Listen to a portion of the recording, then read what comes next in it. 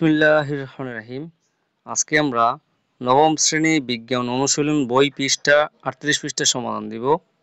আমাদের বংশাবলিকা তৃতীয় অধ্যায়ের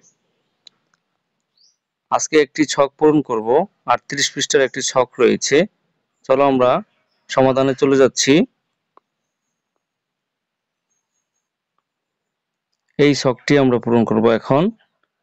এখানে বলা হয়েছে যে ছক 1 পরিবারের সদস্যদের বিভিন্ন অঙ্গের বৈশিষ্ট্য। এখন বৈশিষ্ট্য অনুযায়ী এখানে সদস্যদের নাম বলতে হবে। এখানে তোমার সাথে সম্পর্ক কি সেটা বলতে হবে। চোখের আকৃতি কেমন, চোখের আকৃতি হরিণা চোখ, বিড়াল চোখ, ছোট চোখ না গোল চোখ। অথবা এখানে এই ঘরে এই কলামে লিখতে হবে যে চোখের বর্ণ কালো, সাদা, বাদামি ইত্যাদি। এখানে লিখতে হবে আঙ্গুলের আকৃতি লম্বা না খাটো। এখানে লিখতে হবে গলার স্বর মোটা চিকন না বিভিন্ন রকম হতে পারে, হালকা চিকন হালকা মোটা। তারপর এখানে পায়ের আকার লম্বা খাটো চিকন চ্যাপ্টা এটা বলতে হবে। চুলের আকার কেমন সোজা না কুঁকড়ানো সেটা বলতে হবে। তো এখন আমরা এখানে দেখো, এখন আমরা না এখানে সম্পর্কগুলো তোমাদেরকে বুঝিয়ে দিচ্ছি। তোমাদের প্রথমে বুঝতে হবে সেটা হচ্ছে যে তোমাদের সাথে এই দাদা দাদি এবং বাবা এবং মা তোমাদের সাথে বেশিরভাগ তোমাদের দেহের বিভিন্ন অঙ্গ প্রত্যঙ্গের মিল থাকতে পারে। এই কারণে আমরা শুধু এগুলোই ইম্পর্টেন্ট হিসেবে নিয়েছি। আর এবিসি অর্থাৎ তোমার দাদার নাম, তোমার এখানে দাদার নাম, দাদির নাম, বাবার নাম, চাচার নাম, মার নাম, চাচি এবং জেঠির নাম বসাবে। এরকম ক্রমান্বয়ে সম্পর্কগুলো তোমরা জানলে তোমরা নামগুলো লিখতে পারবে, যার কারণে আমি এখানে এবিসি দ্বারা বুঝিয়েছি। এখন দেখো তোমার দাদার চোখ হচ্ছে গোল চোখ, চুল কালো, হাতের আঙ্গুল লম্বা। তো এটা হচ্ছে যে পায়ের আঙ্গুল লম্বা হবে। এখন এই লাইনটা গলার স্বর দেখো, এখানে এই লাইনটা হচ্ছে গলার স্বর। এখন তোমার দাদার গলার স্বর এখানে মোটা, পায়ের আঙ্গুল লম্বা এবং চুল হচ্ছে যে সোজা। তো তোমার দাদার সাথে কার কার মিল আছে সেটা আমরা বলে দিচ্ছি এখন। এখানে দেখো দাদার সাথে এখানে শুধু বাবার মিল আছে, গোল চোখ কালো চোখ লম্বা মোটা লম্বা সোজা, অর্থাৎ দাদার সাথে বাবার মিল আছে, যার কারণে নীল নীল লেখা দিয়ে আমি দাদারটা মিলিয়েছি। দাদার সাথে আর কার কার মিল আছে সেটা দেখো। চাচার মিল আছে, যেমন এখানে দেখো শুধু গলার স্বর মিল আছে চাচার সাথে, কিন্তু দাদির মিল আছে দেখো। দাদির হচ্ছে কুকরানো চুল, এখানে দাদির হচ্ছে কুকরানো চুল এবং পায়ের পাতা খাটো, এই যে পায়ের পাতা খাটো, অর্থাৎ দাদির সাথে চাচার মিল আছে, হরিণা চোখ বাদামি খাটো লম্বা হালকা।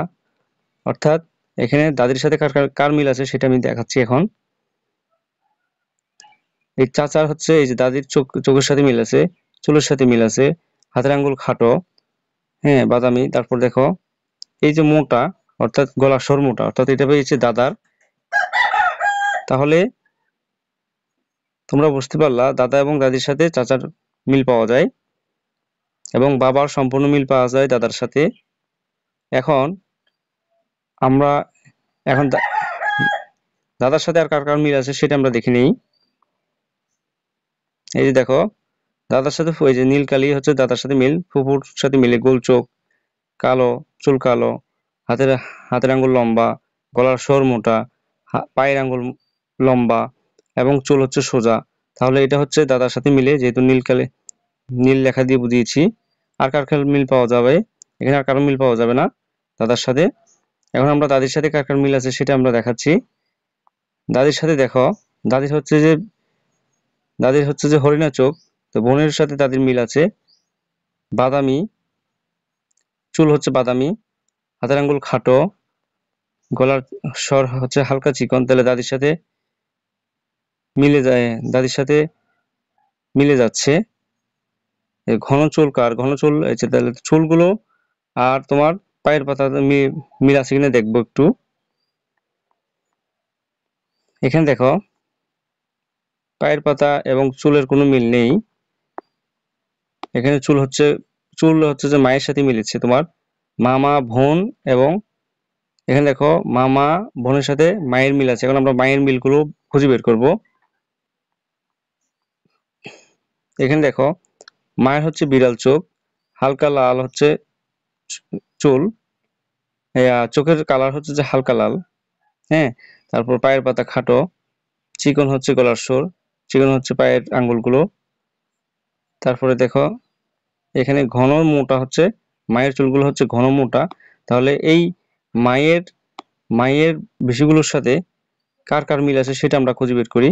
এখানে যে লাল খয়েরি দেখলে বোঝা যাবে। তাহলে মামার সাথে মায়ের মিল আছে, বিড়াল চোখ, হালকা লাল হচ্ছে চোখ, খাটো, পায়ের পাতা খাটো, চিকন সোর, এই পায়ের পাতা মোটা, মোটা না চিকন সেটা বলেছি। তাহলে এখানে চিকন হচ্ছে, গলার স্বর হচ্ছে চিকন, আর পায়ের পাতা চিকন, ঘন মোটা চুল। তাহলে চুলের সাথেও মায়ের মিল আছে, মা এবং মায়ের সাথে মিল থাকবে। আর এখানে বোনের সাথে দাদির মিল রয়েছে, ভাইয়ের মিল রয়েছে মায়ের সাথে। এই যে এখানে দেখো মা এবং মা বিড়াল চোখ, তাহলে ভাইয়েরও বিড়াল চোখ। তাহলে মামার সাথে মার সাথে মিল থাকবে, তাহলে মার সাথে মিল থাকলে ভাইয়ের সাথে মিল পাওয়া যাবে।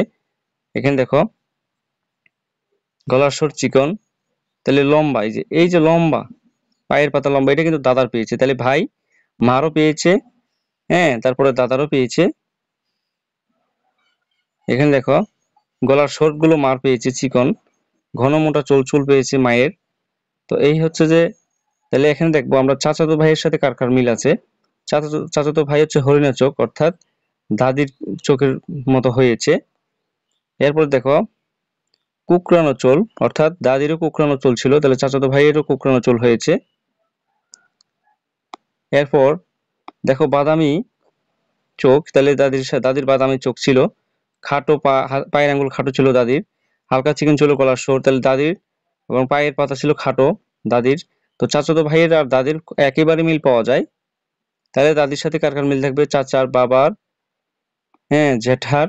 আর এখানে যে জেঠি বলা হয়েছে, এই যে জেঠির সাথে কারো মিল থাকবে না। জেঠির চোখ, চোখ ছোট চোখ, তারপরে কালো, এখানে কালো হচ্ছে যে চোখের কালার আছে, মাঝারি হচ্ছে যে পায়ের পাতা, হ্যাঁ, পায়ের পাতা মাঝারি পাওয়া গেছে, পায়ের পাতা মাঝারি, মোটা হচ্ছে গলার স্বর, চ্যাপ্টা, পায়ের আঙ্গুলগুলো চ্যাপ্টা, সোজা হচ্ছে চুল।